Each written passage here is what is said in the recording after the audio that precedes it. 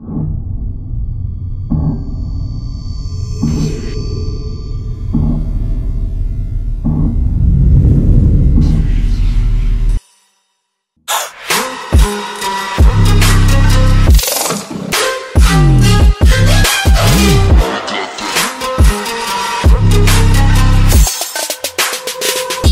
got that sushi.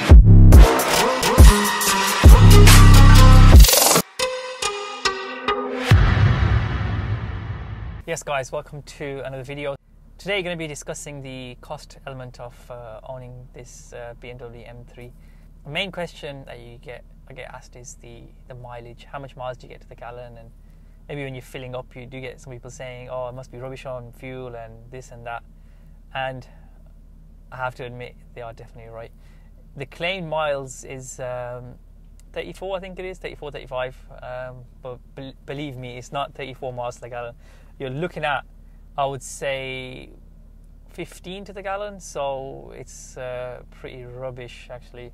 Actually, let me have a quick look what I'm averaging now. Yep, 16.9 miles to the gallon. So on a full tank, expect to be getting about 200 to 250 miles. So from 70 pounds of V-Power, you get about 250 miles. It's decent, really, when you think about the performance and, you know, the car itself. It's not bad. I mean, you do get I used to have an old C63 6.2, and that used to suck fuel. So it's not bad. It's not bad, really, is it? From 250 miles and 70 pounds. Next, it'd be the insurance. I'm paying about £1,500 on insurance for this car, and that is fairly decent, I think. I have got a few points and accidents, so it's not bad. And the area that I'm living in is not so good. So if you are living in if your car is obviously on the road and you know it's not garaged, you do pay that extra bit. And the way the insurance companies work is they group the cars. So they group the cars from 1 to 50. So if it falls in, say, group 1, it'll be the cheapest. If it falls in group 50, it'll be the highest. And I'll put a link in the description. So there's a website that you can go to and check before you buy the car, and you can check how much it'll actually cost to insure. This car falls in group 45, so the insurance is going to be obviously on the higher bracket if it was in comparison to a car which is maybe group 1 to 10. Another cost would be the road tax. This falls in I don't remember the band, but it's about £460 a month. So it's then again it's in the higher bracket of tax. And be mindful of the year that the year that the car is registered. If it's after 2017 March, it'll be different. So this car is just before the new tax law, so it's that 460 throughout the year. And going on to the maintenance of the car. Maintenance wise, you're going to be looking at the service, the tires, maybe the brake pads, the discs, and just the overall money that will go out your pocket.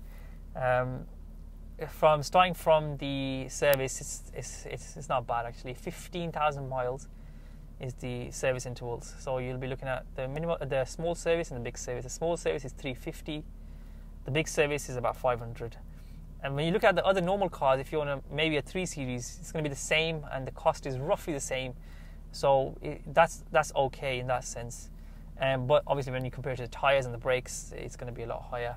I've got the 4S's on this car, so the Michelin 4S's. So they are about 350 a corner. So it's quite a lot, really. But they give you about 10,000 miles, and I've stuck them on 6,000 miles ago, and they're fairly decent. Brakes are still all good. I mean, this is a 17-plate car, so the brakes are decent. I think they got about 60% wear in them, so it's still good.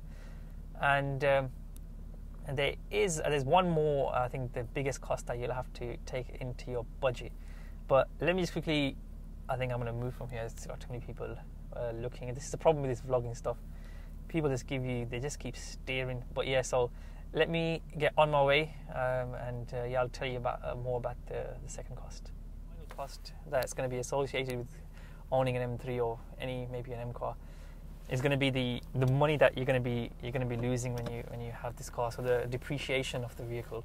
I think people nowadays they can get these finance deals. They think, okay, you know what, it's 0%, and you'll get some good deals. But once it comes to the residual value of the car, you're going to be definitely losing a fair amount, especially if it's maybe within the 3 years that it's been registered. So expect to lose. If it's a new car, 100% you're going to be losing maybe about £10,000 straight away. So that is a ton of money gone as soon as you drive out of the showroom. So I think it's best to discuss it with, as they say, discuss it with the wife before you take the car out. So I would say if you get a car maybe which is a year or maybe 2 years old, which is the best time to buy an M car, it's not that bad. You're going to be losing maybe 3,000 to 4,000 in the year, and just be mindful of the specification. If you get a standard spec, they're hard to sell, and I would never really buy a car which is maybe you get something which is different from the pack. Basically, the car that I've got is obviously the unique paint, and it's got all the bits and bobs. So if I do want to sell it, I can easily sell the car, which definitely is something that you should always consider. I'm sure I'm missing something, but let me know in the comments if I have missed anything. I hope you enjoyed the video, so subscribe for more. This is a bit of a informative video. On the next one, maybe we'll do some drifts and some donuts. So see you on the next one.